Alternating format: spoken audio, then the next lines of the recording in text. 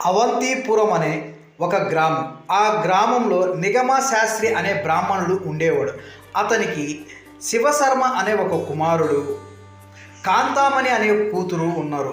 కాంతామణి తన కూతురు చాలా అందగతి. ఆ చుట్టుపక్కలున్న యువకులంతా ఆమెను ఇష్టపడి పెళ్లి చేసుకోవాలని ఉద్దేశంతో చాలామంది ఉంటారు.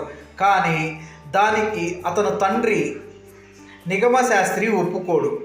కానీ పద్ధతి ప్రకారంగా నిగమ శాస్త్రి ఆ అమ్మాయికి వివాహం చేయాలని చాటిస్తాడు. ఎమ్మా కాంతామణి, నీకు ఈ పెళ్ళి ఇష్టమేనా? నిగమ శాస్త్రి తన కూతురు కాంతామణిని అడగతాడు. తమ్ము సిగ్గుతో తలదించుకొనేసి మీ ఇష్టమే నా ఇష్టం అని అంటుంది. మరుసటి రోజు ఆ గ్రామంలో కొంతమంది ఆ కాంతామణి స్వయంవరం గురించి మాట్లాడుకుంటూ ఉంటారు. యామయో సుబ్బయ్య, కాంతమ్మ, మీరు ఈ సంగతి విన్నారా? ఆయన నిగమ శాస్త్రి ఉన్నాడు కదా, వాళ్ళ కూతురులా కాంతమ్మని, ఆ అమ్మాయికి స్వయంవరం ప్రకటించాడంట. ఎవరన్నా మీ ఇళ్ళలో పిల్లకాయలు ఉంటే చెప్పండి, వాళ్ళు పెళ్లి చూపులకు వెళ్తారు. అర్థమైందా? ఆ గ్రామస్తులు కాంతామణి స్వయంవరం గురించి మాట్లాడుతూ ఉంటే ఆడికి హఠాత్తుగా ఒక పిచాచి వచ్చి ఆ మాటలు స్వయంవరం గురించి వింటుంది. ఓ భీం గణ గణ భజ భజ, ఓ భీం గణ గణ భజ భజ, బేతాళ ఆహా బేతాళ ఆహా. ఓ వచ్చావా బేతాళ? నీకోసమే నేను ఎదురు చూస్తున్నా. నాకు మంత్రశక్తి సరిపోవటం లేదు. నా మంత్రాలు పెరగాలంటే నేను ఏమి చెయ్యాలి చెప్పు బేతాళా. ఓ మూర్ఖుడా, శ్రద్ధగా విను. అవంతిపురం అని గ్రామం ఉంది. ఆ గ్రామంలో నిగమ శాస్త్రి కూతురు కాంతామణి ఉంది.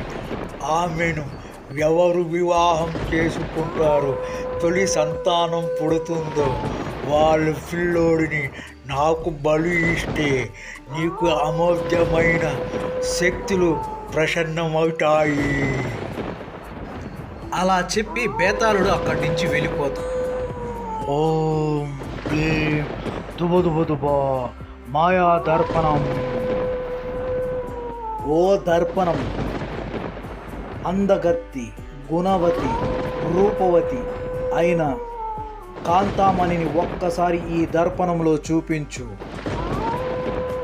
భలారే భల, ఎంత అందగతి, ఎంత గుణవతి, ఎంత రూప. వసే పిచాచి, ఎక్కడున్న తక్షణమే ఇక్కడికి రా.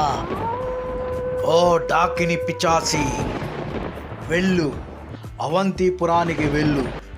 అక్కడ కాంతామణిని ఎత్తుకుని ఇక్కడికి రా. ఇక వెళ్ళు. స్వయంవరానికి పొరుగు ఊరు నుంచి ఇద్దరు రాజకుమారులు వస్తారు. ఒకరి పేరు సుబుద్ధి, ఇంకొరి పేరు దిశాలి. వాళ్ళు ఇద్దరు కాంతామణిని వివాహం చేసుకునేదానికి నిగమ శాస్త్రి దగ్గరికి వస్తారు.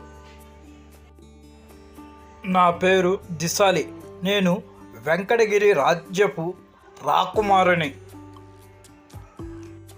అలా ఒకరికి ఒకరు పరిచయం చేసుకుంటారు.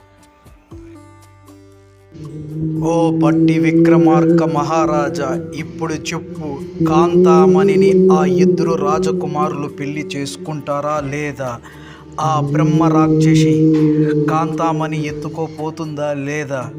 సమాధానం చెప్పు పట్టి విక్రమార్క మహారాజా. ఫ్రెండ్స్, ఈ వీడియో నచ్చితే తప్పకుండా సబ్స్క్రైబ్ చేయండి, లైక్ చేయండి, షేర్ చేయండి.